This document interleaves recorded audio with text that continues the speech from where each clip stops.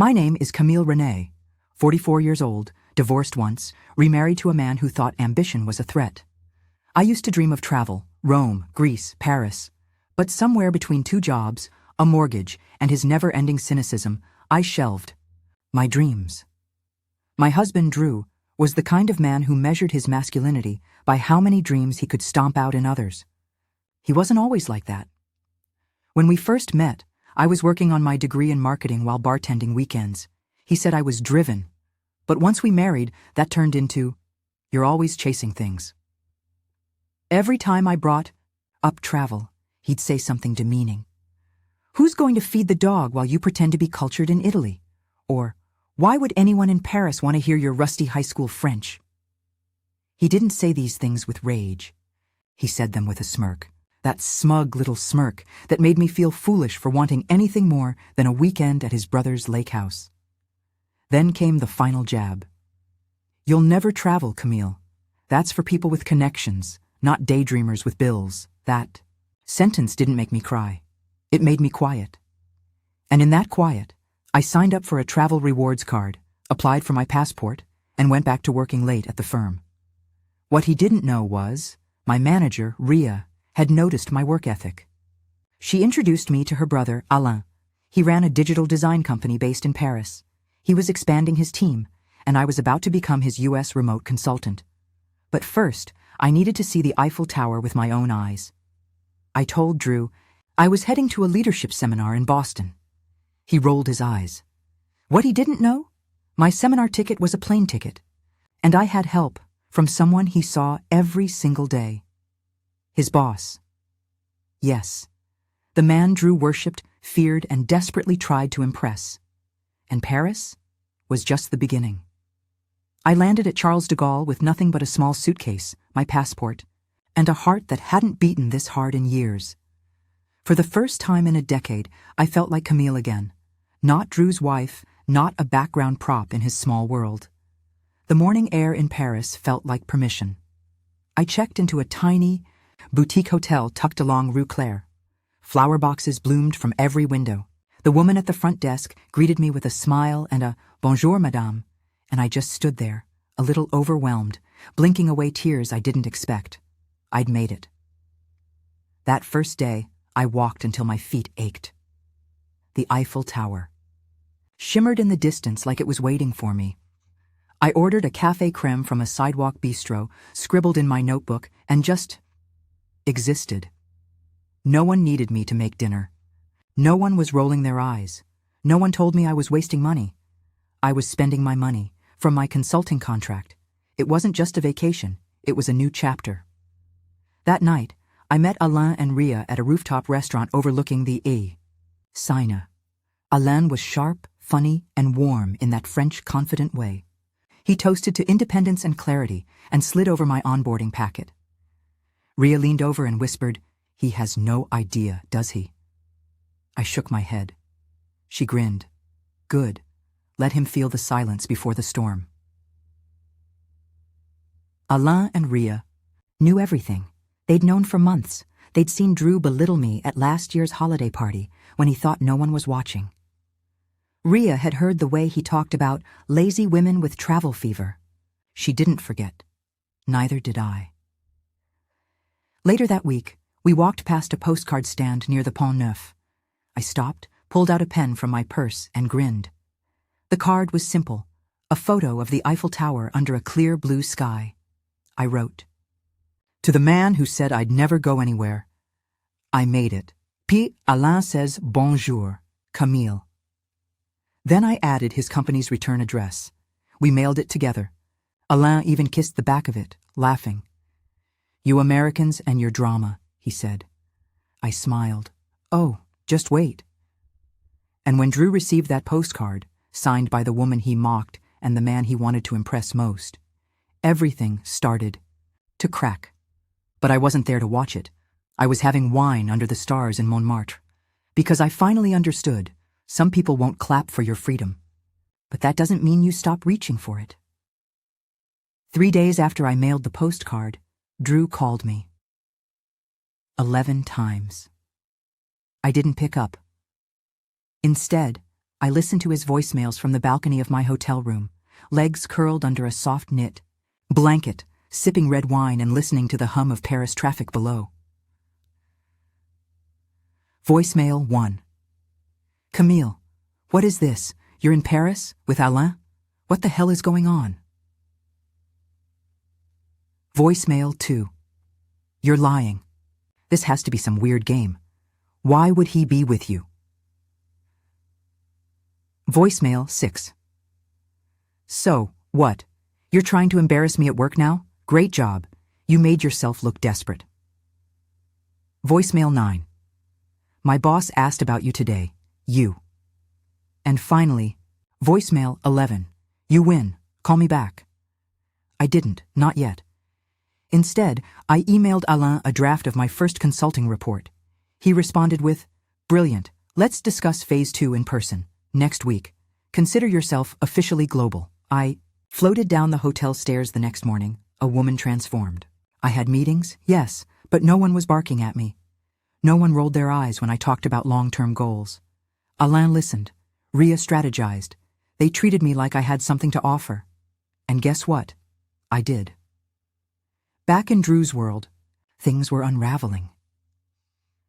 Ria filled me in during a video call. Apparently, the postcard arrived just minutes before their weekly team meeting.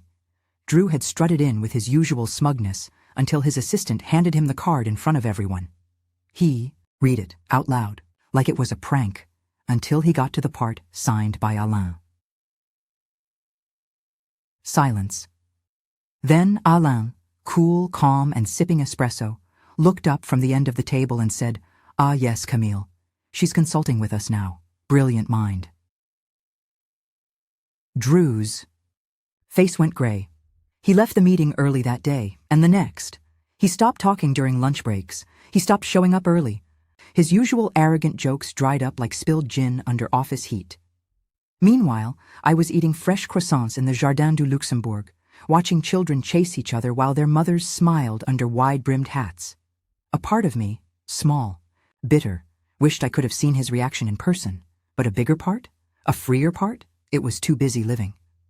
That night, I sat down and drafted an email. Subject, regarding your voicemails, to Drew Hamilton. Hi, Drew. Yes, I'm in Paris. Yes, I'm working with Alain. No, I'm not playing a game. This isn't about revenge. This is about finally giving myself the life you told me I couldn't have. I used to believe you when you said people like me didn't travel, didn't matter, didn't deserve better. I don't believe you anymore.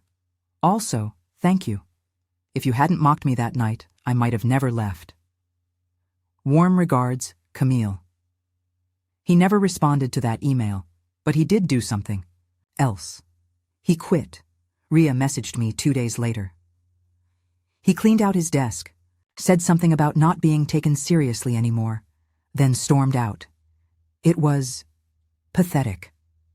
I didn't feel victorious. I felt done. Done trying to prove anything to him. Done asking for approval. Done waiting for the right time to live. Week later, I was back in the States, but not back in his life. I returned quietly, slipped into my apartment with a suitcase full of Parisian lightness and a mind so clear it scared me. I didn't tell anyone I was back, not even my closest friends. I wanted to land, mentally and emotionally, without Drew's shadow immediately creeping in. But Drew, he found out. Not through me, through LinkedIn. I'd updated my profile with a new role. Global Brand Consultant, Paris, New York. He messaged me within the hour. You're back. Let's talk. I ignored it. Then he did what I used to beg him not to do. He showed up at my building. The knock was forceful. I opened the door only halfway. He looked smaller, thinner, the collar of his shirt wrinkled, hair unkempt, eyes frantic. Camille, we need to talk. I didn't move. No, you need to listen. He scoffed. So this is the new you, jet-setting, working with my boss like it's nothing? Not your boss anymore, I said calmly. You quit. He flinched like I'd slapped him. Because of you, he hissed. You embarrassed me, humiliated me in front of my entire team, What did you think would happen? I stepped out into the hallway, closed the door behind me, arms folded. You said I'd never travel. You made me feel small every time I talked about wanting more. So I got more. On my own. He shook his head like he couldn't comprehend it. You're not like them, Camille. You're not international. I smiled, slow and deliberate. No, I'm better. He stared at me, mouth slightly open. And then, the kicker. Did you sleep with Alain? It didn't come from curiosity. It came from his bruised ego, grasping for some reason, any reason, that this version of me wasn't real unless I'd been helped into it through seduction or scandal. I leaned in. I didn't need to. He went quiet. I could see it all over his face. He had built his identity around keeping me beneath him. He couldn't imagine a world where I rose without stepping on someone else's back. Because that's what he would have done. He left without another word. But the way he looked back at me, like he couldn't believe he ever had me, was all the closure I needed. After he left, I slid to the floor behind my door, not to cry, but to breathe, to inhale the scent of freedom and pine-scented cleaner from the new space I now called mine. No joint ownership, no gaslighting, no apologies. Just me. That night, I celebrated alone. I ordered my favorite takeout, lit candles, opened a bottle of wine I'd brought home from France, and toasted to the woman I never thought I'd become. But did. I thought of all the years I spent asking permission to exist, to dream, to want more than the box Drew built around us. And then I remembered something Alain had said before I left. Some men build cages and call them castles, but women, like you learn to pick the lock. That's what I had done, and I wasn't done yet. 3 weeks after I returned, I got an invitation. It was from Alain's firm. They were hosting a stateside networking event in New York, and as one of the new consultants on the international roster, I was asked to attend. Cocktail attire, rooftop venue, skyline views, and dozens of executives who, unlike Drew, actually valued what I had to say. I almost didn't go. Not because I was nervous, but because I was tired of being near people who needed to see me, to suddenly believe in me. Still, Ria texted me. He might be there, wear something devastating. I laughed, but when I stood in front of my mirror that night, slipping, on a deep emerald dress that hugged me just right, I understood what she meant. It wasn't about him. It was about me showing up in the world like I finally owned the space I took up. The venue buzzed with soft jazz and soft power, top-floor elegance, glass walls, and industry insiders sipping champagne like it was mineral water. I blended in, perfectly. Maybe for the first time in my life, I didn't feel like I was pretending. And then, just as I was mid-conversation with a brilliant branding director from Berlin, I saw him. Drew. Across the room. Wearing the same navy blazer he always wore when he wanted to seem important. I nearly laughed. He looked around like he didn't quite know where to stand, like someone had told him he belonged there, but he was now starting to doubt it. And then his eyes landed on me. He froze. I didn't. I smiled, tilted my head, then turned right back to my conversation. He didn't approach, not right away, but later, as the crowd thinned near the bar, he finally walked over. I didn't think you'd be here, he muttered. I sipped my drink. I'm on the invite list, are you? He hesitated. Sort of. My friend brought me. Of course, he wasn't part of this circle, just orbiting it. Barely. I looked him up and down, not in a flirtatious way, but in that quiet, measuring way you look at someone you once knew like a second skin and now barely recognize. I saw your LinkedIn again, he said. I raised a brow. Did you? I figured you'd blocked me by now. No, he said, I didn't. And then came the moment he thought would redeem him. I've been thinking a lot about us, about everything I said. You know I didn't mean it like that. I looked him in the eye. You said I'd never traveled, Drew.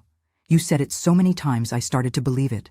So no, you meant it exactly like that. He swallowed hard. I was wrong, he said quietly. I know. He looked down at his drink like it held some kind of courage. I was scared you'd outgrow me. That stopped me for a second, because that was the only truth he'd ever spoken out loud. You didn't have to keep me small just to feel safe, I replied. You could have grown with me. He didn't answer, because he knew that would have required effort, and he never did put in much. When Alain walked over a few minutes later to introduce me to a VP from the London office, Drew stepped aside like a man who finally saw the door closing for good. Not with a bang, but with an undeniable, click-shut certainty. I didn't see Drew again after that night, but I didn't need to. The version of me who once waited on him to believe in her was gone. And the woman who stood there in her place? She was headed places even Drew's imagination couldn't reach. A month later, I was back in Paris.